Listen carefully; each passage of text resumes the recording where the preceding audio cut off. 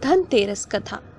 एक बार यमराज ने अपने दूतों से प्रश्न किया, क्या प्राणियों के प्राण हरते समय तुम्हें किसी पर दया आती है?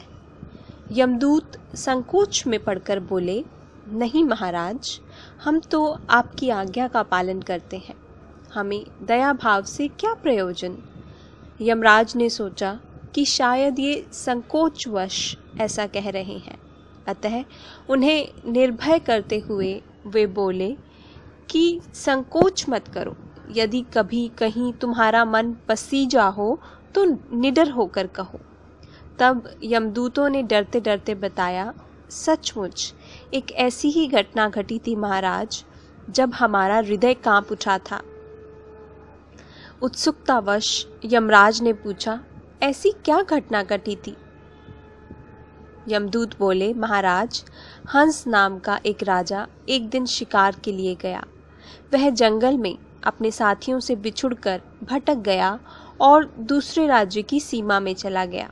वहां के शासक हेमा ने राजा हंस का बड़ा सत्कार किया।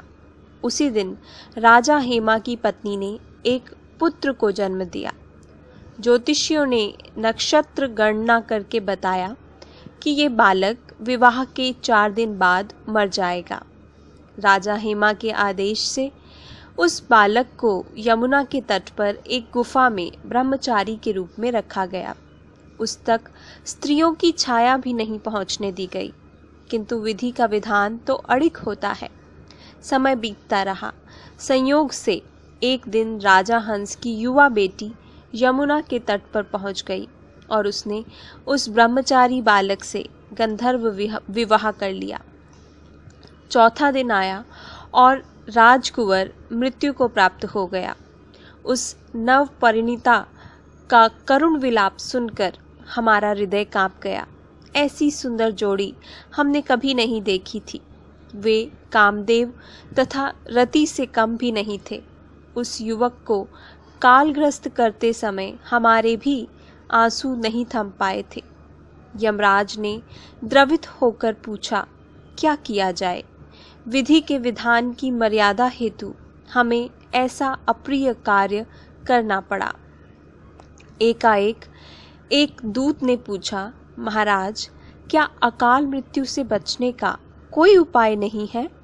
यमराज ने अकाल मृत्यु से बचने का उपाय बताते हुए कहा, धनतेरस के पूजन एवं दीपदान को विधि पूर्वक करने से अकाल मृत्यु से छुटकारा मिलता है। जिस घर में यह पूजन होता है वहाँ अकाल मृत्यु का भय पास भी नहीं फटकता। इसी घटना से धनतेरस के दिन धन्वंतरी पूजन सहित दीपदान की प्रथा का भी प्रचलन शुरू हुआ। धन्यवाद।